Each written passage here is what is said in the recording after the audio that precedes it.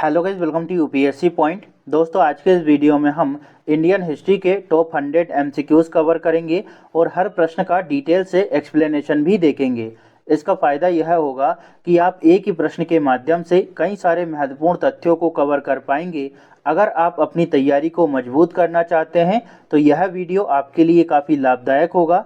चलिए शुरू करते हैं। हमारा पहला प्रश्न है, सिंधु सभ्यता के निम्नलिखित शहरों में से कौन सा एक जल प्रबंधन के लिए जाना जाता था? तो इसका राइट आंसर है ऑप्शन डी, धोलावीरा। दोस्तों, यहाँ पर थोड़ी सी मैंने डिटेल एक्सप्लेनेशन भी दी है धोलावीरा के बारे में, ताकि आप इसके बारे में अधिक जानकारी अर्जित कर सकें। देखिए, धोलावीरा जो है वो गुजरात के कच्छ में स्थित है।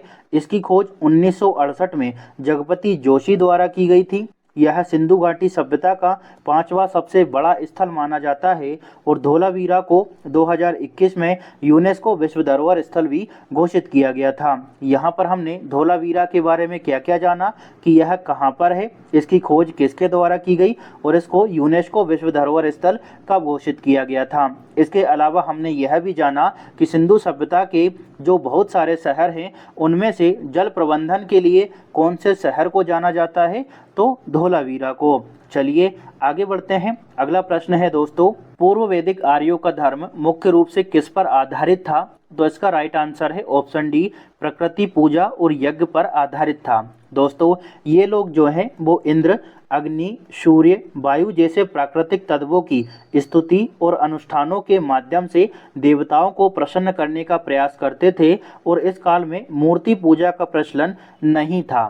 ठीक है ना। चलिए आगे बढ़ते हैं। अगला प्रश्न है दोस्तों, भागवत संप्रदाय के विकास में किसका योगदान अत्यधिक था? तो देखिए, यहाँ पर कई सारे ऑप्शन हैं। इसका राइट आंसर है गुप्तों का। दोस्तों, भागवत संप्रदाय के विकास में गुप्त राजाओं, विशेषकर चंद्रगुप्त द्वितीय और स्कंदगुप्त का योगदान सबसे अधिक माना जाता है। चलिए अब बढ़ते हैं अगले प्रश्न की ओर। चौथा प्रश्न हमारे सामने है, निम्नलिखित में से किस शासक द्वारा अधिकतम संख्या में बौद्ध स्तूपों का निर्माण करवाया गया था? तो इसका राइट आंसर है दोस्तों ऑप्शन बी, अशोक द्वारा। दोस्तों, ऐसा माना जाता है कि कलिंग युद्ध के बाद में अशोक का हृदय परिवर्तित हुआ और उसके द्वारा बौद्ध धर्म को ग्रहण किया और बौद्ध धर्म के प्रचार प्रसार हेतु उसके द्वारा 84,000 स्तूपों का निर्माण करवाया था। अब कलिंग युद्ध कब हुआ? तो 262 से लेकर 261 ईसा पूर्व के बीच में कलिंग युद्ध हुआ, अशोक के शासनकाल के 8वें वर्ष में। तो ये भी आपको अच्छे से याद रखना है। चलिए बढ़ते हैं अगले प्रश्न की ओर। पांचवा प्रश्न है, निम्नलिखित में से कौन सा बौद्ध ग्रंथ बुद्ध के पिछले जन्मों से संबंधित कहानियों से युक्त है? तो इसका राइट आंसर है ऑप्शन ए, जातक कथाएं। दोस्तों, बौद्ध ग्रंथ जातक, जिसमें बुद्ध के पिछले जन्मों की कहानियों का संग्रह है। इसमें भगवान बुद्ध को विभिन्न मानव और पशुओं के रूप में दिखाया गया है। चलिए बढ़ते हैं छठवें प्रश्न की ओर।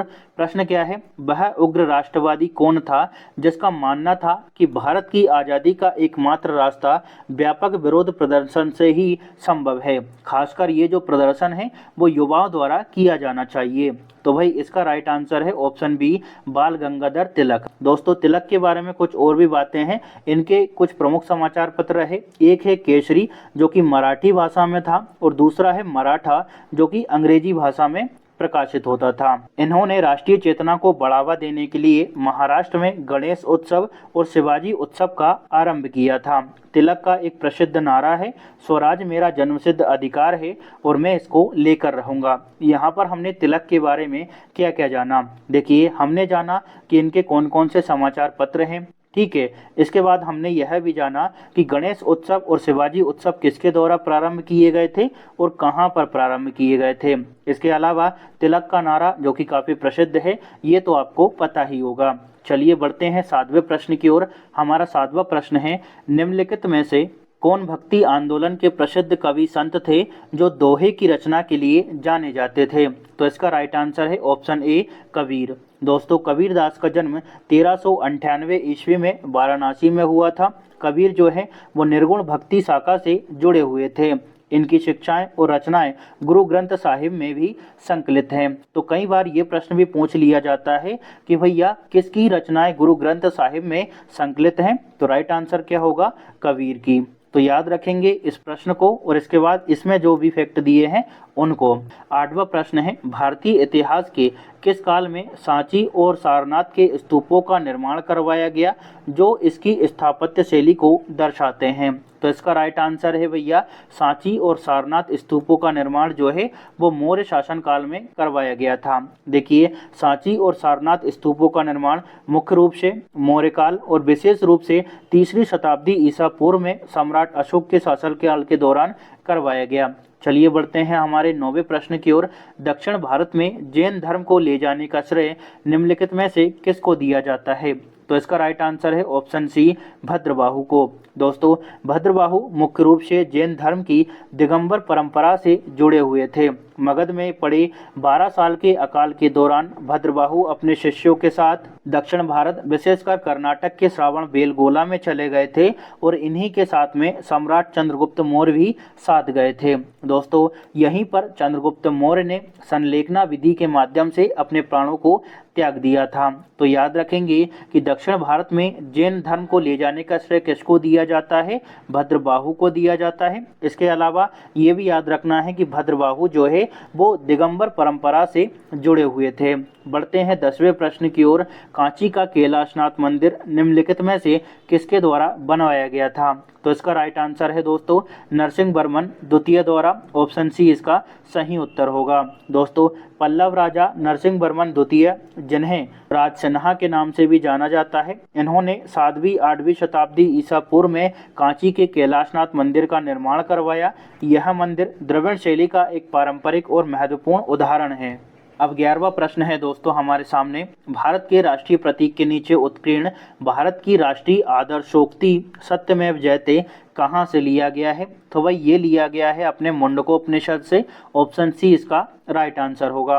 दोस्तों, मुंडकोपनिषद जो है वो अथर्ववेद से जुड़ा एक प्रमुख उपनिषद है और यहाँ पर जो लिखा हुआ है सत्यमेव जयते, इसका मतलब होता है कि सत्य की ही विजय होती है, असत्य की नहीं। दोस्तों, इसको यानी सत्यमेव जयते को 26 जनवरी 1950 को भारत के राष्ट्रीय आदर्श वाक्य के रूप में अपनाया गया था। ठीक है ना। चलिए बढ़ते हैं 12वें प्रश्न की ओर। अगला प्रश्न क्या है? कुमार संभव महाकाव्य किस कवि ने लिखा? तो राइट आंसर है दोस्तों अपना ऑप्शन ए, कालिदास ने। कालिदास के बारे में कुछ और जानेंगे, लेकिन कुमार संभव के बारे में एक बात याद रखना है कि भैया इसमें शिव और पार्वती के प्रेम और कार्तिकेय के जन्म की पौराणिक कथा वर्णित है। कालिदास की टोटल 7 रचनाएं हैं जो कि प्रमाणिक मानी जाती हैं। इसमें 3 नाटक हैं। कौन कौन से? अभिज्ञान शकुंतलम, विक्रमोर्वशीयम और मालविकाग्नि मित्र। इसके अलावा 2 महाकाव्य हैं और 2 खंड काव्य हैं। महाकाव्य कौन कौन से हैं? रघुवंशम और कुमार संभव। खंड काव्य हैं दोस्तों मेघदूत और ऋतुसंहार। तो आशा करता हूँ ये आपको अच्छे से समझ आ गया होगा। दोस्तों, यहाँ पर आपसे एक छोटी सी रिक्वेस्ट है। देखिए, ये मेरा पहला प्रयोग है जहाँ पर हमने क्वेश्चन, सारे ऑप्शन, इसके अलावा छोटा सा डिटेल एक्सप्लेनेशन भी रखा है। इससे पहले मैं क्या करता था, या तो सारे ऑप्शन को खुद से समझाया करता था या फिर दूसरे पेज में आपको डिटेल एक्सप्लेनेशन दिया करता था। लेकिन इस बार मैंने क्वेश्चन, ऑप्शन और डिटेल एक्सप्लेनेशन तीनों चीज़ों को एक साथ ले लिया है। अगर आपको ये फॉर्मेट अच्छा लग रहा है तो प्लीज़ कमेंट करके ज़रूर बताइएगा, ताकि हम भविष्य में इसको आगे बढ़ाएं या ना बढ़ाएं उसकी सही जानकारी प्राप्त कर सकें। बढ़ते हैं दोस्तों 13वें प्रश्न की ओर। प्रश्न क्या है? निम्नलिखित में से कौन सा स्थल पार्श्वनाथ से संबद्ध होने के कारण जैन सिद्ध क्षेत्र माना जाता है? तो इसका राइट आंसर है ऑप्शन सी, संवेद शिखर। दोस्तों, संवेद शिखर के बारे में कुछ बातें जानना जरूरी है। देखिए, यह जैन धर्म का सबसे पवित्र और सर्वोच्च तीर्थ स्थल है जो कि झारखंड में स्थित है। दोस्तों, संवेद शिखर को विशेष रूप से इसलिए सिद्ध क्षेत्र कहा जाता है क्योंकि यहाँ सबसे अधिक तीर्थंकरों ने मोक्ष प्राप्त किया था, विशेष रूप से पार्श्वनाथ ने। समझ गए होंगे कि भैया ये क्यों प्रसिद्ध है। चलिए बढ़ते हैं अगले प्रश्न की ओर। हमारा प्रश्न है 1050 ईस्वी में महमूद गजनवी के सोमनाथ मंदिर पर आक्रमण के समय गुजरात का शासक कौन था? तो इसका राइट आंसर है दोस्तों ऑप्शन ए, भीमदेव प्रथम। दोस्तों, भीमदेव प्रथम के बारे में बात करें तो यह चालुक्य वंश से संबंध रखता है। ठीक है। महमूद गजनवी ने 1050 ईस्वी में सोमनाथ पर हमला किया और मंदिरों को भारी मात्रा में लूटा, जिसके बाद में भीमदेव ने इस मंदिर का पुनर्निर्माण करवाया था। तो याद रखेंगे कि महमूद गजनवी ने जब भैया अपने सोमनाथ मंदिर पर आक्रमण किया तो गुजरात का शासक कौन था? भीमदेव प्रथम। चलिए बढ़ते हैं दोस्तों 15वें प्रश्न की ओर। हमारा प्रश्न है, दिल्ली सुल्तानों के शासनकाल में बगदाद एक खास किसे निर्दिष्ट करता है? तो इसका राइट आंसर है दोस्तों ऑप्शन ए, शाही गुलामों को। देखिए, बगदाद एक खास दिल्ली सल्तनत के दौरान सुल्तान के विशेष प्रशिक्षित और भरोसेमंद दासों या सेवकों को कहा जाता था। इनका प्रयोग युद्ध, प्रशासन और अंगरक्षक के रूप में किया जाता था। ठीक है, चलिए बढ़ते हैं दोस्तों 16वें प्रश्न की ओर। प्रश्न क्या है? अमीर ए कोही, जिसको हम कृषि विभाग के रूप में भी जानते हैं, एक नया विभाग किस सुल्तान द्वारा शुरू किया गया था?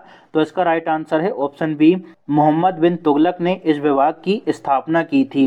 देखिए, इसका उद्देश्य था कृषि का विकास, किसानों की सहायता, सिंचाई में सुधार और बंजर भूमि को खेती योग्य बनाना। अमीर ए कोही, जिसको क्या कहते हैं? कृषि विभाग। इसको किसने निर्मित किया था भैया? मोहम्मद बिन तुगलक ने। चलिए बढ़ते हैं 17वें प्रश्न की ओर।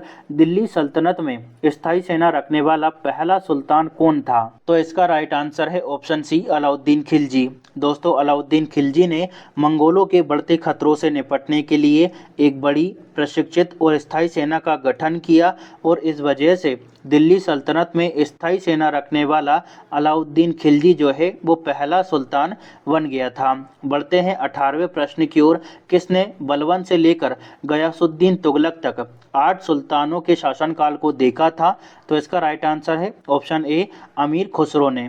दोस्तों, अमीर खुसरो जो है वो निज़ामुद्दीन औलिया के शिष्य थे। इनको तूती ए हिंद यानी भारत का तोता और उर्दू साहित्य का संस्थापक भी माना जाता है। 19वें प्रश्न को देख लेते हैं। कृष्णदेवराय किसके समकालीन थे? तो इसका राइट आंसर है दोस्तों ऑप्शन सी, बाबर के समकालीन। देखिए, कृष्णदेवराय विजयनगर साम्राज्य के सबसे प्रतापी शासक थे और वे मुगल साम्राज्य के संस्थापक बाबर के समकालीन माने जाते हैं। चलिए बढ़ते हैं आगे। 20वां प्रश्न है दोस्तों, 1855 से 56 का संताल विद्रोह ब्रिटिश अधिकारियों के साथ साथ किन किन समूहों के विरुद्ध था? तो वही इसका राइट आंसर है कि ये जो संताल विद्रोह है ये जमींदारों, साहूकारों और सामंतवादी ताकतों के खिलाफ भी किया गया था। संताल विद्रोह कब हुआ? 1855 से 56 के बीच में हुआ था और यह झारखंड और पश्चिम बंगाल में संथालों द्वारा जमींदारों, साहूकारों और ब्रिटिश ईस्ट इंडिया कंपनी के शोषण के खिलाफ एक आदिवासी विद्रोह था, जिसका नेतृत्व सिद्धू, कान्हू, चांद, भैरव और मुर्मू द्वारा किया गया था। नेतृत्वकर्ता याद रखना है, कब हुआ था ये याद रखना है, कहाँ पर हुआ था ये भी याद रखना है। तो एक ही प्रश्न से आपके कई सारे उत्तर कवर होते हैं। निम्नलिखित में से किस मंदिर की अंदरूनी दीवारों पर रामायण के दृश्य उत्कीर्ण है? तो भाई इसका राइट आंसर है ऑप्शन बी, हजारा राम मंदिर में। और ये कहाँ पर है? कर्नाटक के हम्पी में। दोस्तों, इसको हजारों राम का मंदिर भी कहा जाता है क्योंकि इसकी दीवारों पर रामायण के लगभग 108 दृश्य हैं जो विजयनगर साम्राज्य के राजा देवराय द्वितीय ने बनवाया था। ठीक है, तो यहाँ पर एक और उत्तर कवर हो गया कि भैया ये जो हजारा राम मंदिर है ये किसने बनवाया था? देवराय द्वितीय ने। ठीक है, और देवराय द्वितीय का संबंध किससे था? विजयनगर साम्राज्य से। बढ़ते हैं 22वें प्रश्न की ओर। सहायक संधि स्वीकार करने वाला पहला भारतीय शासक कौन था? तो वही इसका राइट आंसर है ऑप्शन बी, हैदराबाद के निजामों ने सहायक संधि को स्वीकार किया था। दोस्तों, यह जो सहायक संधि है इसको हैदराबाद के निजाम द्वारा दोस्तों 1 सितंबर 1798 को स्वीकार किया गया था। इस संधि को किसके द्वारा लागू किया गया? तो इसको लागू किया था भैया लॉर्ड वेलेजली ने, लेकिन इसका जो सर्वप्रथम विचार है ये दिया था फ्रांसीसी गवर्नर डुफ्ले ने। तो याद रखना है, देखिए ये सब पूछा जाए कि सहायक संधि का विचार सर्वप्रथम किसने प्रस्तुत किया? तो फ्रांसीसी गवर्नर डुफ्ले ने। लेकिन सहायक संधि को वास्तविक रूप में किसने अपनाया या फिर लागू किया? तो लॉर्ड वेलेजली ने। कब लागू किया? 1798 में। और पहले शासक कौन थे जिन्होंने इस सहायक संधि पर हस्ताक्षर किए? तो ये थे अपने हैदराबाद के निजाम। इन्होंने कब हस्ताक्षर किए? 1 सितंबर 1798 को। ठीक है, ये आपको समझ आ गया होगा। बढ़ते हैं अगले प्रश्न की ओर। 1857 के स्वतंत्रता संग्राम में महक परी किसका उपनाम था? तो भाई इसका राइट आंसर है ऑप्शन सी, बेगम हजरत महल का। देखिए, बेगम हजरत महल को महक परी के रूप में भी जाना जाता है और इन्होंने 1857 की क्रांति के दौरान अवध के विद्रोहियों का नेतृत्व किया था। चलिए आगे बढ़ते हैं। अगला प्रश्न है, निम्नलिखित में से कौन इंडियन ट्रेड यूनियन कांग्रेस के पहले अध्यक्ष बने थे? तो इसका राइट आंसर है ऑप्शन सी, लाला लाजपत राय। दोस्तों, ये जो इंडियन ट्रेड यूनियन कांग्रेस है, यह भारत के सबसे पुराने ट्रेड यूनियन संघों में से एक है और इसकी स्थापना 31 अक्टूबर 1920 को हुई थी और इसके पहले अध्यक्ष कौन बने थे? लाला लाजपत राय। बढ़ते हैं 25वें प्रश्न की ओर। निम्नलिखित में से कौन हिंदुस्तान सोशलिस्ट रिपब्लिक एसोसिएशन से संबंधित है? तो भाई इसका राइट आंसर है ऑप्शन सी, भगत सिंह। दोस्तों, ये जो अपना हिंदुस्तान सोशलिस्ट रिपब्लिक एसोसिएशन है, इससे चंद्रशेखर आज़ाद, भगत सिंह, सुखदेव, जतिन दास और अजय घोष जैसे कई क्रांतिकारी जुड़े थे और इसकी स्थापना हुई थी 1928 में। हिंदुस्तान सोशलिस्ट रिपब्लिक एसोसिएशन की स्थापना पूछ ली जाती है कि कब हुई थी भैया? 1928 में। ठीक है, बढ़ते हैं अगले प्रश्न की ओर। दक्षिण भारत के 4 भाषाई क्षेत्रों में से कौन सा असहयोग आंदोलन से अप्रभावित रहा? तो इसका राइट आंसर है दोस्तों अपना ऑप्शन डी, कर्नाटक। दोस्तों, दक्षिण भारत के 4 भाषाई क्षेत्रों जिसमें शामिल हैं आंध्र प्रदेश, केरल, तमिलनाडु और कर्नाटक, इनमें से कर्नाटक क्षेत्र जो है वो असहयोग आंदोलन से काफ़ी हद तक अप्रभावित रहा, क्योंकि इस क्षेत्र में राजनीतिक चेतना और आंदोलन का प्रचार अन्य दक्षिण भारतीय क्षेत्रों जैसे कि तमिलनाडु, केरल और आंध्र प्रदेश की तुलना में देर से हुआ, मुख्य रूप से 1930 के दशक में। तो ये प्रश्न कई बार आ चुका है, इसको ध्यान रखिएगा। बढ़ते हैं अगले प्रश्न की ओर। गांधी जी के साथ नमक सत्याग्रह का नेतृत्व किसके द्वारा किया गया था? तो इसका राइट आंसर है ऑप्शन सी, सरोजनी नायडू द्वारा। दोस्तों, नमक सत्याग्रह के बारे में आपको एक बात याद रखना है। देखिए, इसके नेतृत्व से जुड़े कई सारे प्रश्न आते हैं, तो 2 व्यक्तियों के नाम याद रखना है, अब्बास तैयब जी और दूसरा सरोजनी नायडू। गांधी जी ने अब्बास तैयब जी को नेतृत्व संभालने के लिए नामित किया था, लेकिन बाद में सरोजनी नायडू ने इस जिम्मेदारी को संभाला था।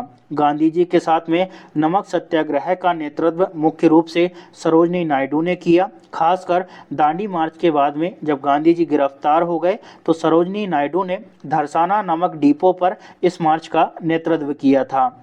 तो आशा करता हूँ ये आपको अच्छे से समझ आ गया होगा। दोस्तों, नमक सत्याग्रह के बारे में एक बात याद रखना है कि भैया इसको दांडी मार्च के रूप में भी जाना जाता है और दांडी मार्च की शुरुआत 12 मार्च 1930 को महात्मा गांधी द्वारा साबरमती आश्रम से की गई थी। ठीक है, और यह जो दांडी मार्च है ये 6 अप्रैल 1930 को दांडी में नमक कानून तोड़कर समाप्त हुआ था। तो ये भी आपको याद रखना है कि भैया नमक सत्याग्रह या फिर दांडी मार्च कब शुरू हुआ था? 12 मार्च 1930 को, और कब समाप्त हुआ? 6 अप्रैल 1930 को। चलिए अब हम आगे बढ़ते हैं। अब हमारा अगला प्रश्न है, भारत के स्वतंत्रता आंदोलन के दौरान महात्मा गांधी द्वारा स्थापित साबरमती आश्रम कहाँ पर स्थित है? तो इसका राइट आंसर है अहमदाबाद में। दोस्तों, ये जो साबरमती आश्रम है यह साबरमती नदी के तट पर स्थित है।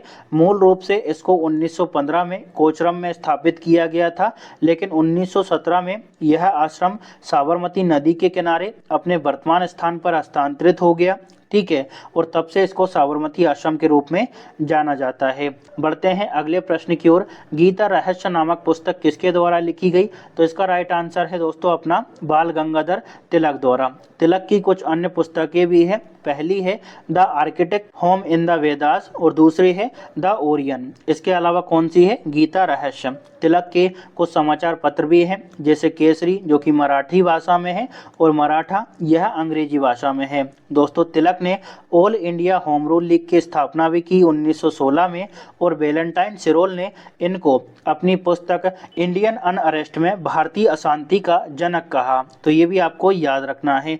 देखिए, तिलक के बारे में बहुत सारी चीज़ें हैं, इन सभी को मैंने एक साथ लिख दिया है। ये सभी परीक्षा में पूछी जाती है, तो हर एक बिंदु पर ध्यान से गौर करना है। बढ़ते हैं अगले प्रश्न की ओर। भारत में अंग्रेजी शिक्षा की शुरुआत को निम्नलिखित में से किस दस्तावेज के माध्यम से बढ़ावा दिया गया? तो इसका राइट आंसर है ऑप्शन सी, मैकाले के मेमोरेंडम के माध्यम से। दोस्तों 1833 के चार्टर एक्ट के तहत भारत में शिक्षा के माध्यम के संबंध में लॉर्ड मैकाले द्वारा 1835 में एक विवरण पत्र प्रस्तुत किया गया, जिसको मैकाले का मेमोरेंडम कहा जाता है। इसके माध्यम से शिक्षा के क्षेत्र में कुछ महत्वपूर्ण प्रयास किए गए। आगे चलकर वुड डिस्पैच घोषणा पत्र आता है 1854 में। यह जो है भारत में अंग्रेजी शिक्षा का मैग्ना कार्टा कहा जाता है, क्योंकि इसने आधुनिक शिक्षा प्रणाली में एक व्यापक योजना प्रस्तुत की थी। तो शुरुआती प्रयास किसके द्वारा किया गया? तो भैया ये किया गया था मैकाले द्वारा। इसके द्वारा एक विवरण पत्र प्रस्तुत किया गया, जिसको क्या कहा गया? मैकाले का मेमोरेंडम। ये आपको अच्छे से याद रखना है। बढ़ते हैं अगले प्रश्न की ओर। निम्नलिखित में से किस भारतीय शहर में 19वीं शताब्दी में प्रार्थना समाज की स्थापना हुई, जो सभी जातियों की आध्यात्मिक समानता में विश्वास करता था? तो इसका राइट आंसर है भैया, प्रार्थना समाज की स्थापना हुई थी बम्बई में। ऑप्शन ए इसका राइट आंसर होगा। इसकी स्थापना हुई थी प्रार्थना समाज की 31 मार्च 1867 में। किसके द्वारा की गई? आत्माराम पांडुरंग द्वारा। दोस्तों आत्माराम पांडुरंग के साथ में महादेव गोविंद रनाड़े और आरजी भंडारकर जैसे समाज सुधारक भी इससे जुड़े हुए थे। प्रार्थना समाज के अगर उद्देश्य की बात करें तो इसका उद्देश्य था हिंदू समाज में सुधार, एकेश्वरवाद का प्रचार, मूर्ति पूजा और अनुष्ठानों का खंडन करना। इसके अलावा जातिगत भेदभाव का उन्मूलन करना भी प्रार्थना समाज का एक प्रमुख उद्देश्य था। यहाँ पर याद रखेंगे प्रार्थना समाज की स्थापना कब हुई, कहाँ पर हुई और इसके संस्थापक कौन थे। उद्देश्य भी कभी कभी पूछ लिया जाता है। उम्मीद करता हूँ दोस्तों इतना सब कुछ आपको अच्छे से समझ आ गया होगा। चलिए अब हम आगे बढ़ते हैं। अब हमारा अगला क्वेश्चन है, निम्नलिखित मुगल शासकों में से किसे अंतिम शक्तिशाली मुगल शासक माना जाता है? तो इसका राइट आंसर है ऑप्शन ए, औरंगजेब को। औरंगजेब का टाइम पीरियड था दोस्तों 1658 से लेकर 1707 तक। औरंगजेब जो है यह अंतिम शक्तिशाली मुगल शासक माना जाता है, क्योंकि उसके शासनकाल में मुगल साम्राज्य अपने चरम विस्तार पर था, जबकि बहादुर शाह जफर द्वितीय मुगल वंश का अंतिम सम्राट था। नेक्स्ट क्वेश्चन की ओर बढ़ते हैं। 35वां प्रश्न है, निम्नलिखित में से किस ब्रिटिश अधिकारी ने भारत को एक असभ्य देश पाया और उसे सभ्य बनाना आवश्यक समझा, जिसके बाद में 1835 का अंग्रेजी शिक्षा अधिनियम पेश किया गया? तो इसका राइट आंसर है ऑप्शन सी, थॉमस मैकाले। दोस्तों थॉमस मैकाले जो है यह भारत के गवर्नर जनरल की परिषद के एक सदस्य के रूप में कार्य कर रहा था। इसने भारतीयों को सभ्य बनाने के अपने मिशन के तहत अंग्रेजी शिक्षा को बढ़ावा देने के लिए यह प्रस्ताव रखा, जिसको भारतीय शिक्षा पर मिनट के नाम से जाना जाता है। नेक्स्ट क्वेश्चन की ओर बढ़ते हैं। निम्नलिखित में से किसे 1857 के प्रथम स्वतंत्रता संग्राम के दौरान ब्रिटिश उत्पीड़न के विरुद्ध विद्रोहियों द्वारा विद्रोह का नेता घोषित किया गया था? तो इसका राइट आंसर है बहादुर शाह जफर द्वितीय को। ऑप्शन डी इसका राइट आंसर होगा। दोस्तों 1857 के प्रथम स्वतंत्रता संग्राम के दौरान विद्रोहियों द्वारा बहादुर शाह जफर द्वितीय को विद्रोह का प्रतीकात्मक नेता घोषित किया गया था। नेक्स्ट क्वेश्चन की ओर बढ़ते हैं। 37वां प्रश्न है, निम्नलिखित में से किस घटना के कारण 1907 में भारतीय राष्ट्रीय कांग्रेस का नरमपंथी और गरमपंथी में विभाजन हो गया? तो देखिए इसका राइट आंसर है ऑप्शन डी, सूरत अधिवेशन। दोस्तों 1907 में होने वाला सूरत अधिवेशन कांग्रेस के इतिहास की एक महत्वपूर्ण घटना थी, जहां पर नरम दल और गरम दल के बीच में वैचारिक मतभेद के कारण कांग्रेस का विभाजन हो गया, जिसको हम सूरत विभाजन के रूप में जानते हैं। कई बार ये पूछ लिया जाता है कि भाई जब गरम दल और नरम दल के बीच में विभाजन हुआ सूरत अधिवेशन के दौरान, तो उस समय सूरत अधिवेशन की अध्यक्षता किसके द्वारा की जा रही थी? तो राइट आंसर क्या होना चाहिए? रासबिहारी घोष द्वारा। नेक्स्ट क्वेश्चन की ओर बढ़ते हैं। निम्नलिखित में से किसने रोलेट एक्ट के विरोध में 24 फरवरी 1919 को बम्बई में सत्याग्रह का गठन किया था? तो इसका राइट आंसर है ऑप्शन ए, महात्मा गांधी ने। दोस्तों 24 फरवरी 1919 को बम्बई में सत्याग्रह सभा का गठन महात्मा गांधी ने किया। इसका उद्देश्य था रोलेट एक्ट के विरोध में अहिंसक विरोध प्रदर्शनों को संगठित करना और जनमत को एकजुट करना। नेक्स्ट क्वेश्चन की ओर बढ़ते हैं।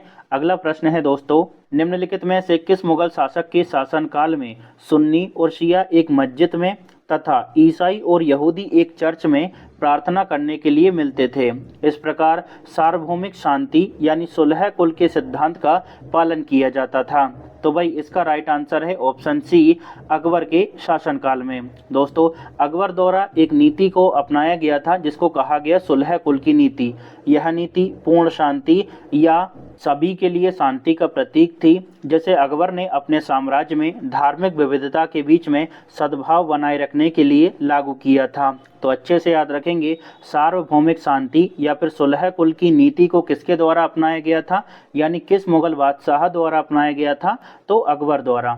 नेक्स्ट क्वेश्चन की ओर बढ़ते हैं। मध्य प्रदेश की बाघ गुफाओं की कलात्मक और स्थापत्य शैली मुख्य रूप से किस धर्म से जुड़ी हुई है, तो इसका राइट आंसर है ऑप्शन ए, बौद्ध धर्म से।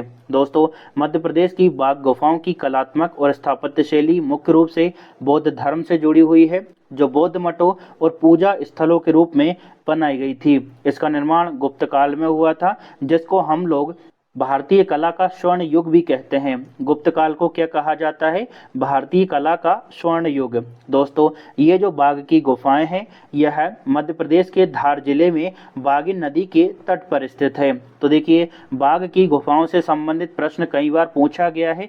पहला तो प्रश्न यही बनता है कि ये कहाँ पर है, तो भैया ये मध्य प्रदेश में है। मध्य प्रदेश के अंदर पूछा जाए तो मध्य प्रदेश के धार जिले में है। और देखिए, धर्म से रिलेटेड क्वेश्चन भी कई बार पूछा जाता है। तो देखिए, जो बाघ की गुफाएं हैं, यह बौद्ध धर्म से संबंधित है। चलिए बढ़ते हैं अगले क्वेश्चन की ओर। विद्रोह का प्रयास करने पर कौन से सूफी संत को जलालुद्दीन खिलजी द्वारा मार दिया गया था, तो इसका राइट आंसर है ऑप्शन ए, सीदी मौला को। दोस्तों, जलालुद्दीन फिरोज खिलजी जो है वो खिलजी वंश का संस्थापक था।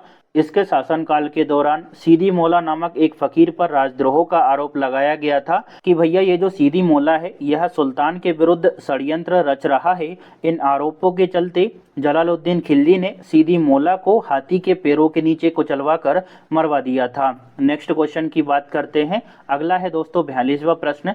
स्वतंत्रता आंदोलन के दौरान चोरी चोरा की जो घटना है वो किस आंदोलन से संबंधित है, तो इसका राइट आंसर है ऑप्शन बी, असहयोग आंदोलन से। दोस्तों, असहयोग आंदोलन का टाइम पीरियड रहा 1920 से लेकर 22 तक। दोस्तों, स्वतंत्रता आंदोलन के दौरान चोरी चोरा की जो घटना है, ये असहयोग आंदोलन से संबंधित थी। यह घटना 4 फरवरी 1922 को उत्तर प्रदेश के गोरखपुर जिले में चोरी चोरा नामक स्थान पर हुई थी, जहां पर प्रदर्शनकारियों ने एक पुलिस स्टेशन में आग लगा दी, जिसमें 22 पुलिसकर्मी मारे गए थे। नेक्स्ट क्वेश्चन की ओर बढ़ते हैं। बंकिम चंद्र चट्टोपाध्याय के प्रसिद्ध उपन्यास आनंद मठ का कथानक निम्नलिखित में से किस विद्रोह पर आधारित है, तो इसका राइट आंसर है ऑप्शन सी, सन्यासी विद्रोह पर। सन्यासी विद्रोह कब हुआ, तो ये हुआ था दोस्तों 1963 से लेकर 1800 के बीच में। कहाँ पर हुआ, बंगाल और बिहार में हुआ मुख्य रूप से। देखिए, सन्यासी विद्रोह के नेतृत्वकर्ता कौन रहे, तो मजनू शाह, देवी चौधरानी और भवानी पाठक, इन 3 लोगों के नाम इसमें मुख्य रूप से शामिल हैं। कारण की बात करें कि यह क्यों हुआ, तो अंग्रेजों की दमनकारी नीतियां, तीर्थ स्थानों पर जाने पर प्रतिबंध लगा दिए गए और बंगाल में पड़ा भीषण अकाल सन्यासी विद्रोह के कुछ प्रमुख कारण हैं। चलिए आगे बढ़ते हैं। नेक्स्ट क्वेश्चन है दोस्तों, भारतीय राष्ट्रीय आंदोलन के किस अधिवेशन में जन गण मन पहली बार गाया गया, तो इसका राइट आंसर है कोलकाता अधिवेशन में। दोस्तों, कोलकाता में कई बार अधिवेशन हुए, लेकिन जो अधिवेशन 1911 में हुआ, इसमें पहली बार जनगण मन को गाया गया था। और कोलकाता अधिवेशन 1911 की अध्यक्षता कर रहे थे बिशन नारायण धर।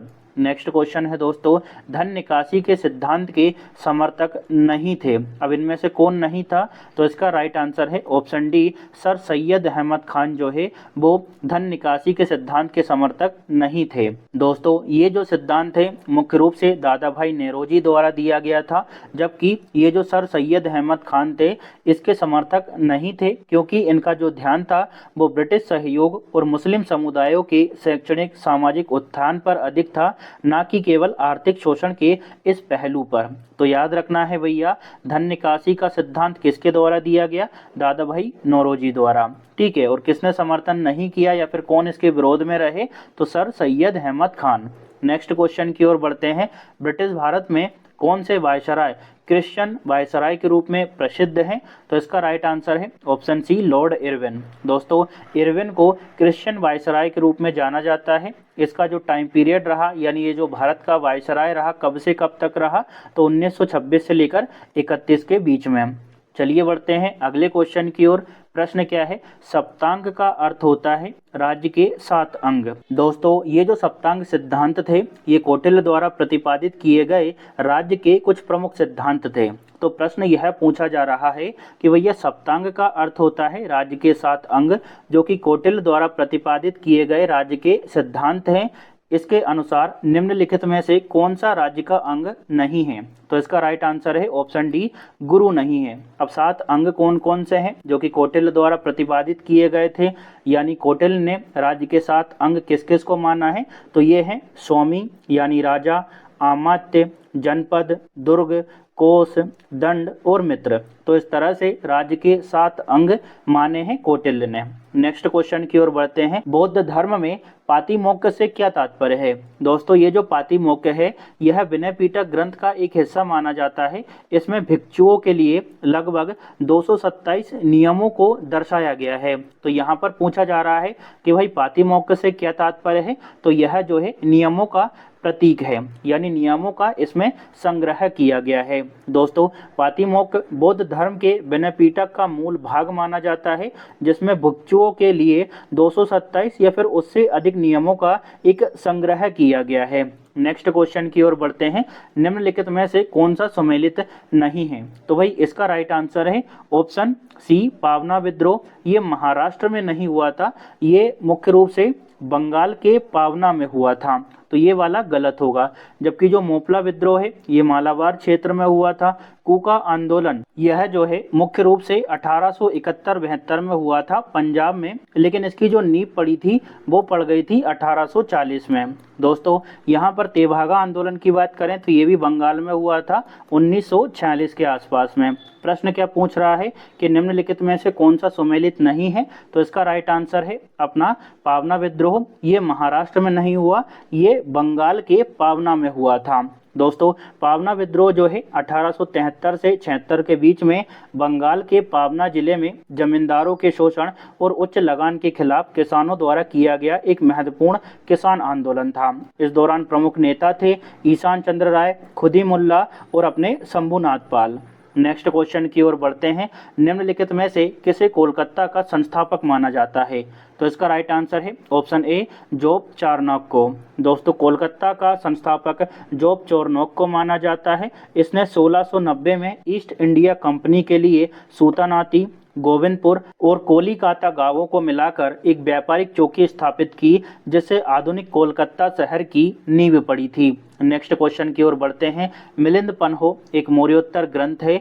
इसमें इंडो यूनानी शासक मीनांडर और किस बौद्ध भिक्षु के बीच वार्तालाप शामिल है? तो इसका राइट आंसर है ऑप्शन ए, नागसेन के बीच में। दोस्तों, मिलिंद पन्हो जो है यह पाली भाषा में लिखा गया है, जिसमें मीनांडर प्रथम, जिसको बौद्ध ग्रंथों में मिलिंद कहा गया है। तो भैया ये जो मिलिंद पन्हो है, इसमें मीनांडर प्रथम और बौद्ध भिक्षु नागसेन के बीच में हुए दार्शनिक संवादों को संकलित किया गया है, जिसमें मीनांडर के प्रश्नों के उत्तर नागसेन बौद्ध धर्म के सिद्धांतों के आधार पर देते हैं। तो याद रखेंगे मिलिंद पन्हो जो है वो कौन से समय का ग्रंथ है? तो ये है मौर्योत्तर काल का। एक बात तो आपको ये याद रखना है। दूसरी ये याद रखना है कि मिलिंद पन्हो जो है यह कौन सी भाषा में है? पाली भाषा में। और तीसरा आपको यह याद रखना है कि मिलिंद पन्हो में किस किस के बीच में संवादों का संकलन किया गया है? तो मीनांडर प्रथम और बौद्ध भिक्षु नागसेन के बीच में संवादों का उल्लेख है। नेक्स्ट क्वेश्चन की ओर बढ़ते हैं। निम्नलिखित में से कौन भारत का पहला राजनीतिक नेता था जिसने अपने समाचार पत्र वंदे मातरम में देश के लिए पूर्ण स्वतंत्रता का विचार खुले तौर पर सामने रखा था? तो इसका राइट आंसर है ऑप्शन बी, श्री अरविंदो। दोस्तों, श्री अरविंदो जो है भारत के पहले राजनीतिक नेता थे जिन्होंने अपने समाचार पत्र वंदे मातरम में पूर्ण स्वतंत्रता का विचार खुले तौर पर रखा था। इन्होंने राष्ट्रवादी विचारों को बढ़ावा देने और ब्रिटिश शासन से पूर्ण स्वतंत्रता की वकालत करने के लिए 1905 में इस अखबार का इस्तेमाल किया था। नेक्स्ट क्वेश्चन की ओर बढ़ते हैं। भारत का पहला पुर्तगाली गवर्नर कौन था जिसे 1505 में नौसैनिक वर्चस्व स्थापित करने के लिए भेजा गया था। तो इसका राइट आंसर होगा option D, Francisco de Almeida. दोस्तों ये जो अल्मेडा था यह भारत में पहला पुर्तगाली गवर्नर बनकर आया था और इसको 1505 में नौसैनिक वर्चस्व स्थापित करने और हिंद महासागर पर नियंत्रण करने के लिए भेजा गया था। इसके द्वारा ब्लू वाटर पॉलिसी अपनाई गई थी ताकि पुर्तगाली जो है वो हिंद महासागर पर अपना नियंत्रण कर सके। लेकिन यहाँ पर आपको ये भी याद रखना है कि भैया ये जो अल्बुबर्क था इसको ही भारत में पुर्तगाली शक्ति का वास्तविक संस्थापक माना जाता है। आगे बढ़ते हैं अगले प्रश्न की ओर। नेक्स्ट क्वेश्चन है, स्वदेशी आंदोलन के संबंध में निम्नलिखित में से कौन सा कथन गलत है। दोस्तों इन सभी कथनों को पढ़ने से पहले हम थोड़ा सा स्वदेशी आंदोलन के बारे में जान लेते हैं। देखिए स्वदेशी आंदोलन की शुरुआत हुई थी 7 अगस्त 1905 को। कहाँ पर इसकी औपचारिक घोषणा हुई? तो कोलकाता के टाउन हॉल में इसकी औपचारिक घोषणा हुई थी और यह लॉर्ड कर्जन द्वारा बंगाल विभाजन के विरोध में शुरू हुआ था। तो यहाँ पर स्वदेशी आंदोलन के बारे में इतना आपने जान लिया। अब ये पूछा जा रहा है कि निम्नलिखित में से कौन सा कथन गलत है। तो पहले हम सभी ऑप्शन को पढ़ेंगे तब जाकर इसका उत्तर निकल कर आएगा। पहला ऑप्शन है उच्च वर्ग के मुसलमानों का व्यापक समर्थन प्राप्त हुआ। तो भैया ये तो नहीं हुआ था, यह गलत हो गया। इसके बाद में देश के विभिन्न हिस्सों में मजदूरों ने हड़तालें की, ये सही है। छात्रों ने बड़ी संख्या में भाग लिया, ये भी सही है। महिलाओं ने भी इसमें बड़ी संख्या में भाग लिया, तो ये तीनों सही है। पहला वाला गलत हो जाता है स्वदेशी आंदोलन के संबंध में। नेक्स्ट क्वेश्चन की ओर बढ़ते हैं। प्रश्न क्या है? 55वां है, निम्नलिखित में से कौन सा अधिकारी गुप्त काल के दौरान भंडार, भालों और तलवारों जैसे हथियारों की आपूर्ति का प्रबंधन करता था? तो भाई इसका राइट आंसर है ऑप्शन डी, रणभंडारिका। दोस्तों ये जो रणभंडारिका था यह गुप्त साम्राज्य के समय का एक सैन्य अधिकारी था जो सैन्य भंडार और हथियारों के प्रबंधन के लिए जिम्मेदार होता था। बाकी ऑप्शन को एनालाइज करते हैं। देखिए ये है अपना संधि विग्रही का। दोस्तों यह जो है वो युद्ध और शांति का मंत्री हुआ करता था। कुमार अमात्य की बात करें तो ये उच्च पदस्थ मंत्री होते थे। ये अधिकारी अक्सर शाही परिवार से जुड़े होते थे। महादंड नायक की बात करें तो इसका मुख्य कार्य होता था, एक तो न्यायिक अधिकारी के रूप में यह कार्य करता था और कभी कभी यह सेनापति के रूप में भी कार्य करता था। ठीक है, और रणभंडारिका के बारे में तो हमने पढ़ ही लिया कि इसका मुख्य कार्य होता था सैन्य भंडारों और हथियारों का प्रबंधन करना। नेक्स्ट क्वेश्चन की ओर बढ़ते हैं। निम्नलिखित में से किस स्वतंत्रता सेनानी ने वन कानूनों के विरुद्ध 1922 में रंपा विद्रोह का नेतृत्व किया था? तो इसका राइट आंसर है ऑप्शन ए, अल्लूरी सीताराम राजू ने। दोस्तों 1922 में रंपा विद्रोह का नेतृत्व अल्लूरी सीताराम राजू ने किया था, जो कि ब्रिटिश वन कानूनों के खिलाफ एक आदिवासी विद्रोह था। नेक्स्ट क्वेश्चन की ओर बढ़ते हैं। अलाउद्दीन खिलजी ने सेना पर नियंत्रण के लिए दाग और हुलिया प्रणाली की शुरुआत की। हुलिया किससे संबंधित है? देखिए दाग अलग है, हुलिया अलग है। यहाँ पर क्या पूछा जा रहा है कि भैया हुलिया किससे संबंधित है? तो इसका राइट आंसर है दोस्तों ऑप्शन सी, सैनिकों के विवरण से संबंधित है हुलिया। देखिए हुलिया प्रणाली सैनिकों की पहचान और उनके विस्तृत विवरण से संबंधित है, जिसके माध्यम से प्रत्येक सैनिक की वास्तविक उपस्थिति को सुनिश्चित किया जा सकता था।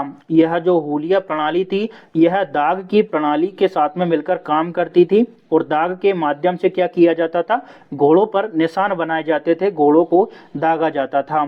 तो हुलिया और दाग एक साथ काम किया करती थी। इससे घोड़ों और सैनिकों की गुणवत्ता और उनकी वफादारी को सुनिश्चित किया जाता था। नेक्स्ट क्वेश्चन की ओर बढ़ते हैं। निम्नलिखित में से कौन सा ग्रंथ सबसे प्राचीन तमिल व्याकरण ग्रंथ माना जाता है? तो इसका राइट आंसर है ऑप्शन बी, तोल्कापियम। दोस्तों तोल्कापियम जो है यह तमिल व्याकरण का सबसे पुराना उपलब्ध ग्रंथ है। इसको तोल्कापियर ने लिखा था, जबकि जो मड़े मेकले है यह शीतले सतनार द्वारा लिखा गया एक महाकाव्य है तमिल भाषा में। इसके बाद अपना शिल्पाधिकारम की बात करें तो इसको तमिल साहित्य माना जाता है और तमिल साहित्य का यह प्रथम महाकाव्य के रूप में जाना जाता है। इसके बाद कुराल की बात करें तो तमिल भाषा का ये एक महान नैतिक ग्रंथ है। इसकी रचना तमिल कवि तिरुवल्लुर द्वारा की गई थी। ठीक है, तो चारों को हमने अच्छे से पढ़ लिया। प्रश्न क्या पूछा जा रहा है कि भैया इनमें से कौन सा ग्रंथ सबसे प्राचीन तमिल व्याकरण का ग्रंथ है? तो राइट आंसर क्या है? तोल्कापियम। नेक्स्ट क्वेश्चन की ओर बढ़ते हैं। उत्तर वैदिक काल के दौरान निम्नलिखित में से किस जानवर को दलदली भूमि की जुताई के लिए विशेष रूप से उपयोगी बताया गया था? तो राइट आंसर है भैंस को।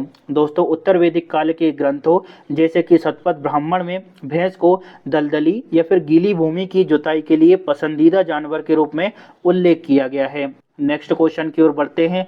दिल्ली सल्तनत का कौन सा विभाग साम्राज्य की सेना के सैन्य संगठन और प्रशासन के लिए जिम्मेदार था? तो इसका राइट आंसर है दीवान ए अर्ज। ऑप्शन ए इसका सही उत्तर होगा। दोस्तों, ये जो दीवान ए अर्ज है यह सल्तनत की सैन्य शक्ति और सुरक्षा के लिए एक अनिवार्य अंग था, जिसका उद्देश्य साम्राज्य की रक्षा और विस्तार करना। जबकि दीवान ए रिसालत था, यह दोस्तों मुख्य रूप से विदेशी मामलों और धार्मिक मामलों से जुड़ा हुआ था। इसके बाद अपना नेक्स्ट है दीवान ए रियासत। दोस्तों, बाजार की कीमतों को नियंत्रण करने के लिए इस विभाग का निर्माण किया गया था। दीवान ए इंशा की बात करें तो यह शाही पत्राचार विभाग था। दीवान ए अर्ज क्या था? तो यह सैन्य शक्ति और सुरक्षा से जुड़ा हुआ एक विभाग था। नेक्स्ट क्वेश्चन की ओर बढ़ते हैं। प्रश्न क्या है दोस्तों? भारत के मध्य प्रदेश के खजुराहो में स्थित कंदरिया महादेव मंदिर के निर्माण का श्रेय किस चंदेल शासक को दिया जाता है? तो इसका राइट आंसर है ऑप्शन ए विद्याधर को। दोस्तों, खजुराहो के कंदरिया महादेव मंदिर के निर्माण का श्रेय चंदेल राजा विद्याधर को दिया जाता है। इसका निर्माण 11वीं सदी में करवाया गया था और यह मंदिर भगवान शिव को समर्पित है। नेक्स्ट क्वेश्चन है। निम्नलिखित में से किसने 6 अगस्त 1857 को एक तार भेजा था जिसमें लिखा था, हमारे लोग विरोधियों की भारी संख्या और अंतहीन लड़ाई से डरे हुए हैं, हर गांव हमारे खिलाफ है और जमींदार हमारे विरोध में उठ खड़े हुए हैं। दोस्तों, ये जो तार है ये भेजा गया था लेफ्टिनेंट कर्नल टाइटलर द्वारा। किसको भेजा गया था? तो ये भेजा था उसके कमांडर इन चीफ को। कब भेजा? 1857 के विद्रोह के दौरान। नेक्स्ट क्वेश्चन की ओर बढ़ते हैं। अगला 63वां प्रश्न है। किस इंडो यूनानी शासक के दूत हेलियोडोरस ने विदिशा में एक स्तंभ स्थापित किया और यह भगवान कृष्ण का भक्त था? सीधी सी बात यह है कि ऐसा पूछा जा रहा है कि हेलियोडोरस ने विदिशा में एक स्तंभ स्थापित किया, लेकिन हेलियोडोरस को किसके द्वारा भेजा गया था, यानी यह किसका दूत था? तो इसका राइट आंसर है ऑप्शन ए एंटीयाक्लीडस का। दोस्तों, हेलियोडोरस जो कि तक्षशिला के इंडो यूनानी शासक एंटीयाक्लीडस के दूत थे, इसने विदिशा में एक गरुड़ स्तंभ स्थापित किया था जिसको हम हेलियोडोरस स्तंभ के रूप में भी जानते हैं। अब बढ़ते हैं दोस्तों अगले प्रश्न की ओर। अकबरनामा के निम्नलिखित में से किस खंड में अबुल फजल ने अकबर के प्रशासन, घराने, सेना, राजस्व और उसके साम्राज्य के भूगोल की चर्चा की है? तो भाई इसका राइट आंसर है केवल तीसरे खंड में इन सभी की चर्चा की है अबुल फजल ने। दोस्तों, अकबरनामा के 3 भाग यहाँ पर बताए गए हैं। पहला जो खंड है इसमें अकबर के पूर्वजों बाबर, हुमायूं इन सभी के शासनकाल के बारे में बताया गया है। दूसरे खंड में अकबर के शासनकाल की घटनाओं और विवरण का वर्णन दिया गया है। तीसरा जो खंड है जिसको हम आईने अकबरी कहते हैं, इसमें अबुल फजल ने अकबर के प्रशासन, शाही घराने, सेना, राजस्व प्रणाली और साम्राज्य के भूगोल पर विस्तार से चर्चा की है। तो अच्छे से याद रखेंगे कि जो अकबरनामा है इसको मेनली 3 खंडों में बांटा गया है। पहले खंड में अकबर के पूर्वजों का वर्णन है, दूसरे खंड में अकबर की विजयों का वर्णन है और तीसरे खंड में जिसको हम आईने अकबरी कहते हैं, इसमें अबुल फजल ने अकबर के प्रशासन, शाही घराने, सेना, राजस्व प्रणाली और साम्राज्य के भूगोल पर विस्तार से चर्चा की है। दोस्तों, यहाँ पर मैंने बहुत सारे यूनिक प्रश्न शामिल किए हैं जो कि आपने पहले कभी भी नहीं देखे होंगे। तो एक एक प्रश्न को ध्यान से देखना है। अगर वीडियो अच्छी लगती हो तो प्लीज़ कमेंट जरूर करिएगा। नेक्स्ट क्वेश्चन है, हड़प्पा से प्राप्त प्रसिद्ध पुरुष धड़ जो अपनी प्राकृतिक मुद्रा और गोलाकार नक्काशी के लिए उल्लेखनीय है, वह किससे बना हुआ है? तो इसका राइट आंसर है लाल चूला पत्थर से। ऑप्शन ए इसका सही उत्तर होगा। नेक्स्ट क्वेश्चन की ओर बढ़ते हैं। निम्नलिखित में से किसने ब्रिटिश शिक्षा की अत्यधिक पश्चिमी होने तथा भारतीय वास्तविकताओं से अलग होने के कारण कड़ी आलोचना की? तो इसका राइट आंसर है ऑप्शन ए रविंद्रनाथ टैगोर ने। दोस्तों, इन्होंने ब्रिटिश शिक्षा प्रणाली को रटने रटाने वाली, रचनात्मक और भारतीय संस्कृति से दूर बताया। चलिए बढ़ते हैं अगले प्रश्न की ओर। सातवाहन साम्राज्य के दौरान आहार या राष्ट्र किसको संदर्भित करते थे? तो ये संदर्भित करते थे दोस्तों जिलों को। ऑप्शन ए इसका राइट आंसर होगा। दोस्तों सातवाहन साम्राज्य के दौरान आहार या राष्ट्र शब्द जिले या बड़े प्रशासनिक प्रभाग को संदर्भित करते थे। ये प्रभाग आमात्य या फिर महामात्र जैसे अधिकारियों द्वारा शासित होते थे। नेक्स्ट क्वेश्चन की ओर बढ़ते हैं। गौतम बुद्ध को किस आयु में बिहार के बोधगया में निर्वाण यानी ज्ञान की प्राप्ति हुई थी? तो इसका राइट आंसर है दोस्तों 35 वर्ष की आयु में। ऑप्शन बी इसका सही उत्तर होगा। देखिए गौतम बुद्ध ने 29 वर्ष की आयु में गृह त्याग किया, जिसको महाविनिष्क्रमण कहा गया। इन्होंने बिहार के बोधगया में 35 वर्ष की आयु में ज्ञान प्राप्त किया, जिसको क्या कहा गया? निर्माण। किस पेड़ के नीचे प्राप्त किया था? तो पीपल के पेड़ के नीचे इन्होंने ज्ञान प्राप्त किया था, जिसको हम बोधि वृक्ष के रूप में जानते हैं। चलिए बढ़ते हैं अगले प्रश्न की ओर। निम्नलिखित में से किस वर्ष लॉर्ड कर्जन ने भारतीय विश्वविद्यालयों पर सख्त नियंत्रण लगाते हुए भारतीय विश्वविद्यालय अधिनियम पारित किया था? तो इसका राइट आंसर है 1904 में। ऑप्शन डी इसका सही उत्तर होगा। दोस्तों लॉर्ड कर्जन ने 1904 में भारतीय विश्वविद्यालयों पर कठोर नियंत्रण लगाने के लिए भारतीय विश्वविद्यालय अधिनियम पारित किया था, और यह अधिनियम थॉमस रेले की अध्यक्षता में गठित भारतीय विश्वविद्यालय आयोग, यह आयोग 1902 में गठित हुआ था। तो इसी आयोग की सिफारिशों के आधार पर ये प्रतिबंध लगाए गए थे। दोस्तों इस अधिनियम ने विश्वविद्यालयों की जो सीनेट हुआ करती थी, इसमें सरकार द्वारा नियुक्त सदस्यों की संख्या बढ़ाई, इनके प्रस्तावों पर वीटो का अधिकार दिया गया। तो इस तरह से कई सारे प्रावधान किए गए, जिसके माध्यम से विश्वविद्यालयों पर कठोर नियंत्रण लगाने का प्रयास किया। ठीक है, नेक्स्ट क्वेश्चन की ओर बढ़ते हैं। निम्नलिखित में से किस वर्ष बंगाल सती विनियमन अधिनियमित किया गया था? तो इसका राइट आंसर है ऑप्शन बी 1829 में। दोस्तों इस समय गवर्नर जनरल था लॉर्ड विलियम बेंटिक। उद्देश्य क्या था इस अधिनियम का? तो सती प्रथा को समाप्त करना और इसे आपराधिक न्यायालयों द्वारा दंडनीय बनाना था। तो अच्छे से याद रखेंगे कि सती प्रथा को कब समाप्त किया था? 1829 में। उस समय गवर्नर जनरल कौन था? Lord William Bentinck. उद्देश्य क्या था? तो ये तो आपको पता ही है कि भैया सती प्रथा को समाप्त करना। दोस्तों ये जो सती प्रथा को समाप्त किया गया था, इसमें राजा राम मोहन रॉय का काफी योगदान रहा, ये भी आप याद रखिएगा। नेक्स्ट क्वेश्चन की ओर बढ़ते हैं। मौर्य काल के दौरान उत्तर भारत में ग्राम प्रधान को किस नाम से जाना जाता था? तो इसका राइट आंसर है ग्रामिक के नाम से। ऑप्शन ए इसका राइट आंसर होगा। दोस्तों मौर्य काल के दौरान उत्तर भारत में ग्राम प्रधान को मुख्य रूप से ग्रामिक के नाम से जाना जाता था, जो गांव के प्रशासन, कानून व्यवस्था और कर संग्रह के लिए जिम्मेदार होता था। बढ़ते हैं 72वें क्वेश्चन की ओर। सिद्धू और कानऊ भाई निम्नलिखित में से किस आदिवासी विद्रोह के नेता थे? तो इसका राइट आंसर है दोस्तों ऑप्शन डी संताल विद्रोह के। संताल विद्रोह कब हुआ था? तो ये हुआ था 1855-56 में। इस दौरान मुख्य नेता कौन थे? तो सिद्धू, कानऊ, भैरव, चांद, ये कुछ आपस में भाई थे। इन्होंने ही इस विद्रोह का नेतृत्व किया था। संताल विद्रोह कहाँ पर हुआ था? तो भैया ये हुआ था झारखंड और पश्चिम बंगाल के क्षेत्र में। हो विद्रोह की बात करें तो ये हुआ था 1820 से 21 के बीच में। कहाँ पर? झारखंड के छोटा नागपुर क्षेत्र में। नेतृत्व मुख्य रूप से राजा परहाट और बाद में पाटो हो द्वारा किया गया था। कोया विद्रोह की अगर बात करें तो ये हुआ था 1879 से लेकर 1880 के बीच में। ठीक है, कहाँ पर हुआ? आंध्र प्रदेश और उड़ीसा के क्षेत्र में हुआ था। कोया जनजाति ने विद्रोह किया था और नेतृत्व किया था तोम्मा रोना ने। इसके बाद दोस्तों बात करें कोल विद्रोह की तो ये हुआ था 1831 से 32 के बीच में। नेतृत्व किया था बुद्धो भगत, मद्रा महतो, जोया भगत जैसे नेताओं ने। जिसने वीडियो नहीं देखी होगी ना, उसको ये पॉइंट समझने में थोड़ा सा समय लगेगा।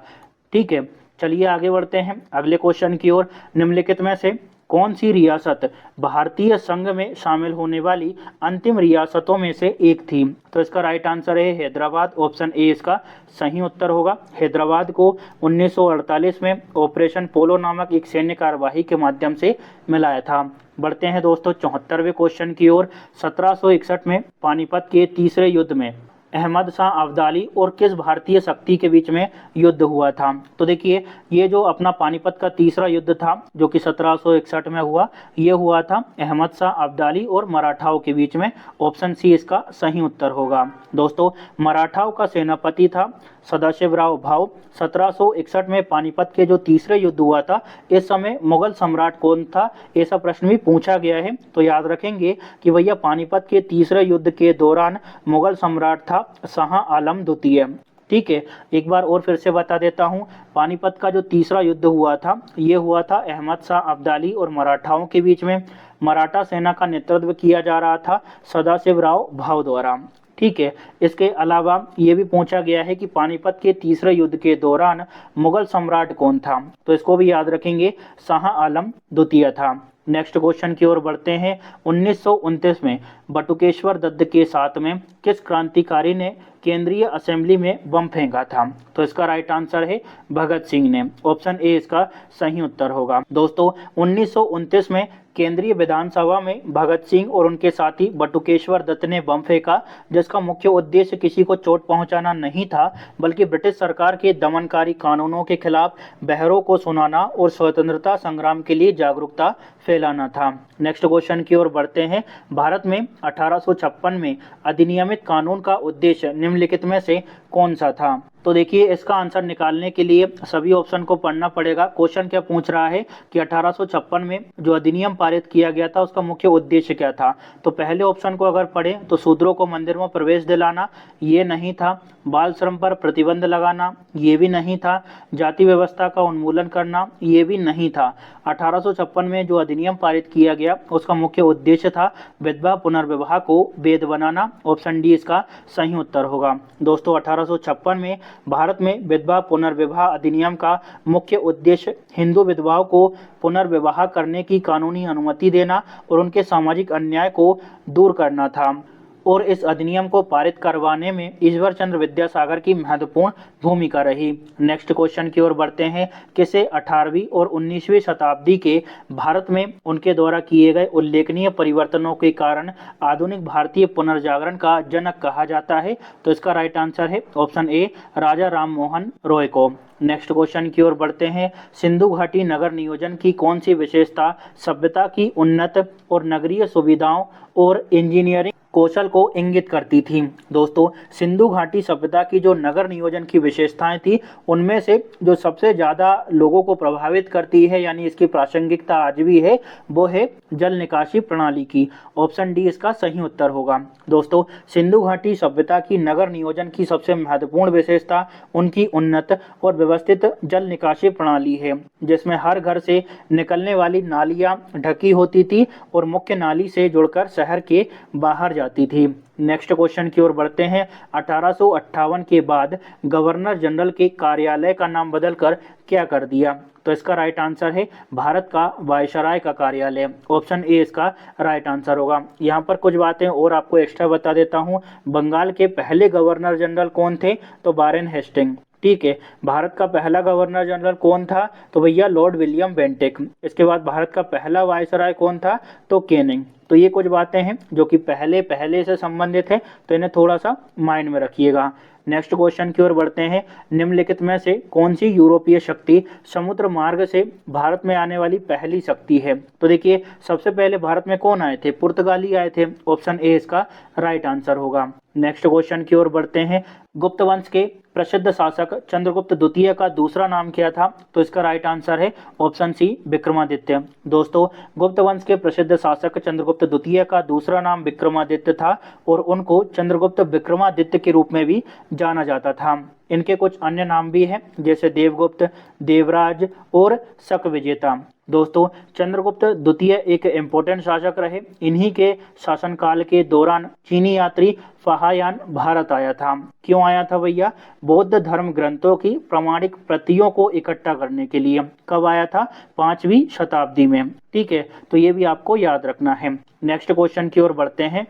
18वीं शताब्दी में भारत के निम्नलिखित में से किस राज्य पर सिराजुद्दौला, मीर जाफर और मीर कासिम ने शासन किया? तो इसका राइट आंसर है ऑप्शन ए, बंगाल पर। दोस्तों यहाँ पर कुछ एक्स्ट्रा इन्फॉर्मेशन भी दे देता हूँ। देखिए, सिराजुद्दौला और अंग्रेजों के बीच में 1757 में प्लासी का युद्ध हुआ था 23 जून को। ठीक है, ये याद रखिएगा। इसके बाद में मीर कासिम, इन्हीं के साथ मिले हुए थे अवध के नवाब शुजाउद्दौला और मुगल बादशाह शाह आलम। तो ये तीन एक साथ थे। कौन कौन? मीर कासिम, अवध के नवाब शुजाउद्दौला और मुगल बादशाह शाह आलम द्वितीय। ये तीनों एक साइड थे और दूसरी तरफ थे अंग्रेज। इनके बीच में कौन सा युद्ध हुआ था? बक्सर का युद्ध। बक्सर का युद्ध कब हुआ था? 22 अक्टूबर 1764 को। तो ये भी आप थोड़ा सा ध्यान रखिएगा। नेक्स्ट क्वेश्चन की ओर बढ़ते हैं। निम्नलिखित में से किस दिल्ली सुल्तान की वर्ष 1210 में पोलो खेल के दौरान आकस्मिक मृत्यु हो गई थी? तो इसका राइट आंसर है कुतुबुद्दीन ऐबक की। ऑप्शन डी इसका राइट आंसर होगा। दोस्तों इसकी जो मृत्यु है वो 1210 में पोलो या फिर चौगान खेलने के दौरान हो गई थी। इसका टाइम पीरियड रहा 1206 से लेकर 1210 के बीच का। इसकी उदारता की वजह से इसको लाख बख्श के रूप में भी जाना जाता है। नेक्स्ट क्वेश्चन की ओर बढ़ते हैं दोस्तों। पानीपत का पहला युद्ध 1526 में लड़ा गया था, जिसने भारत में लोधी वंश के स्थान पर मुगल शासन स्थापित कर दिया था। यह युद्ध इब्राहिम लोधी और किसके बीच में लड़ा गया था? तो इसका राइट आंसर है बाबर के बीच में। इब्राहिम लोधी और बाबर के बीच में पानीपत का पहला युद्ध हुआ था 1526 में। कब हुआ? 21 अप्रैल 1526 में। पक्ष कौन कौन थे? तो इब्राहिम लोधी और बाबर। परिणाम क्या हुआ? इब्राहिम लोधी हार गया, उसकी मृत्यु हो गई, लोधी वंश का अंत हो गया और भारत में मुगल साम्राज्य की स्थापना हुई। विशेषता की बात करें कि भैया इस युद्ध में क्या अलग रहा, तो बाबर ने युद्ध में तुलगामा और अरवा जैसी नई रणनीतियों और तुर्की तोपों का इस्तेमाल किया था, जो कि निर्णायक साबित हुई। नेक्स्ट क्वेश्चन की ओर बढ़ते हैं। मौर्य साम्राज्य के संस्थापक कौन थे और उन्होंने एक केंद्रीय प्रशासनिक व्यवस्था की स्थापना की? तो राइट आंसर है चंद्रगुप्त मौर्य। ऑप्शन सी इसका सही उत्तर होगा। मौर्य वंश के संस्थापक चंद्रगुप्त मौर्य थे। मार्गदर्शक कौन थे इनके? तो ये थे अपने चाणक्य या फिर कौटिल्य। इन्होंने किस पुस्तक की रचना की? अर्थशास्त्र की। नेक्स्ट क्वेश्चन की ओर बढ़ते हैं दोस्तों। 86वां हमारा प्रश्न है। पाल, प्रतिहार और राष्ट्रकूट ने निम्नलिखित में से किस शहर पर नियंत्रण करने के लिए युद्ध में भाग लिया था? तो राइट आंसर है कन्नौज पर। ऑप्शन डी इसका सही उत्तर होगा। दोस्तों पाल, प्रतिहार और राष्ट्रकूट राजवंशों ने कन्नौज शहर पर नियंत्रण करने के लिए युद्ध लड़ा, जिसको त्रिपक्षीय संघर्ष के नाम से जाना जाता है, क्योंकि कन्नौज उत्तर भारत की सांस्कृतिक और राजनीतिक राजधानी गंगा घाटी के उपजाऊ क्षेत्र में स्थित एक रणनीतिक रूप से महत्वपूर्ण शहर था। इसी वजह से इन तीनों के बीच में युद्ध हुआ, जिसको किस नाम से जाना जाता है? त्रिपक्षीय संघर्ष के नाम से। बढ़ते हैं अगले प्रश्न की ओर। किस नेता ने भारतीयों को राष्ट्रीय सेवा और राजनीतिक जागरूकता के लिए प्रशिक्षित करने हेतु सर्वेंट ऑफ इंडिया सोसाइटी की स्थापना की? तो राइट आंसर है भैया सर्वेंट ऑफ इंडिया सोसाइटी की स्थापना करी थी गोपाल कृष्ण गोखले ने। ऑप्शन ए इसका सही उत्तर होगा। इसकी स्थापना की गई थी 1905 में। कहां पर की गई? पुणे, महाराष्ट्र में। इसका उद्देश्य क्या था? भारतीयों को राष्ट्रीय सेवा और राजनीतिक जागरूकता के लिए प्रशिक्षित करना और शिक्षा को बढ़ावा देना। बढ़ते हैं 88वें प्रश्न की ओर। 1820-21 में किस आदिवासी समूह ने झारखंड के पश्चिमी सिंहभूमि जिले के रूप में जाने जाने वाले क्षेत्र में अधिकारियों के खिलाफ विद्रोह का नेतृत्व किया, जिसे बाद में अंग्रेजों ने दबा दिया? तो हो जनजाति के समूह द्वारा ये विद्रोह किया गया था। ऑप्शन डी इसका सही उत्तर होगा। ये विद्रोह कब हुआ? 1820-21 के बीच में विद्रोह हुआ। इस दौरान प्रमुख नेता कौन रहे, यानी हो विद्रोह के नेता कौन थे? तो राजा परहाट नेता थे। कारण क्या रहा? नई कृषि राजस्व नीतियों और जमींदार साहूकारों द्वारा जनजातीय भूमि और रीति रिवाजों में हस्तक्षेप इसका प्रमुख कारण रहा। कहां पर यह हुआ? तो सिंहभूमि और छोटा नागपुर क्षेत्र में ये विद्रोह हुआ था। नेक्स्ट क्वेश्चन है। राजा राम मोहन रॉय एक सक्रिय समाज सुधारक थे, जिन्होंने महिलाओं की समस्या के बारे में खुलकर बात की। वे सती प्रथा जैसी सामाजिक कुरीति को खत्म करने वाले एक अभिन्न अंग थे। उनके द्वारा स्थापित सुधार संघ कौन सा था? तो इसका राइट आंसर है ब्रह्म समाज। ब्रह्म समाज की स्थापना राजा राम मोहन रॉय द्वारा की गई। कब की गई? 1828 में। कहां पर की गई थी? कोलकाता में। इसका उद्देश्य क्या था? हिंदू धर्म में व्याप्त अंधविश्वासों और कुरीतियों को दूर करना। नेक्स्ट क्वेश्चन है अपना 90वां, 560 से अधिक रियासतों को भारतीय संघ में एकीकृत करने के पीछे मुख्य वास्तुकार कौन थे? तो ये है अपना सरदार वल्लभ भाई पटेल। ऑप्शन बी इसका राइट आंसर होगा। कुछ बातें जवाहरलाल नेहरू और अन्य लोगों के बारे में भी जान लेते हैं। देखिए, जवाहरलाल नेहरू जो हैं वो भारत के पहले प्रधानमंत्री बने। सरदार वल्लभ भाई पटेल भारत के पहले उप प्रधानमंत्री और गृह मंत्री बने। रियासतों को एकीकृत करने में इन्होंने महत्वपूर्ण भूमिका निभाई। राजेंद्र प्रसाद की बात करें तो भारत के पहले राष्ट्रपति बने। इन्होंने संविधान सभा की अध्यक्षता भी की। ठीक है। इसके बाद लॉर्ड माउंटबेटन की बात करें तो स्वतंत्र भारत के अंतिम ब्रिटिश वायसराय और प्रथम गवर्नर जनरल रहे। ठीक है। प्रश्न क्या है? 560 से अधिक रियासतों को भारतीय संघ में एकीकृत करने के पीछे मुख्य वास्तुकार कौन थे? तो ये थे अपने सरदार वल्लभ भाई पटेल। नेक्स्ट क्वेश्चन है 91वां, भारतीय राष्ट्रीय कांग्रेस के 1929 के लाहौर अधिवेशन की अध्यक्षता किस नेता द्वारा की गई, जहां पर पूर्ण स्वराज का प्रस्ताव पारित किया गया था? तो इसका राइट आंसर है ऑप्शन ए, जवाहरलाल नेहरू ने इस अधिवेशन की अध्यक्षता की। दोस्तों, 31 दिसंबर 1929 को भारतीय राष्ट्रीय कांग्रेस का वार्षिक अधिवेशन तात्कालिक पंजाब प्रांत की राजधानी लाहौर में हुआ था। इस अधिवेशन में कांग्रेस के पूर्ण स्वराज का घोषणा पत्र तैयार किया गया और पूर्ण स्वराज को कांग्रेस का मुख्य लक्ष्य घोषित किया गया। जवाहरलाल नेहरू द्वारा इस अधिवेशन की अध्यक्षता की गई थी। नेक्स्ट क्वेश्चन है अपना 92वां, लाल शर्ट आंदोलन जिसको खुदाई खिदमतगार के नाम से भी जाना जाता है, इसका नेतृत्व उत्तर पश्चिमी सीमा प्रांत में किस भारतीय स्वतंत्रता सेनानी द्वारा किया गया था?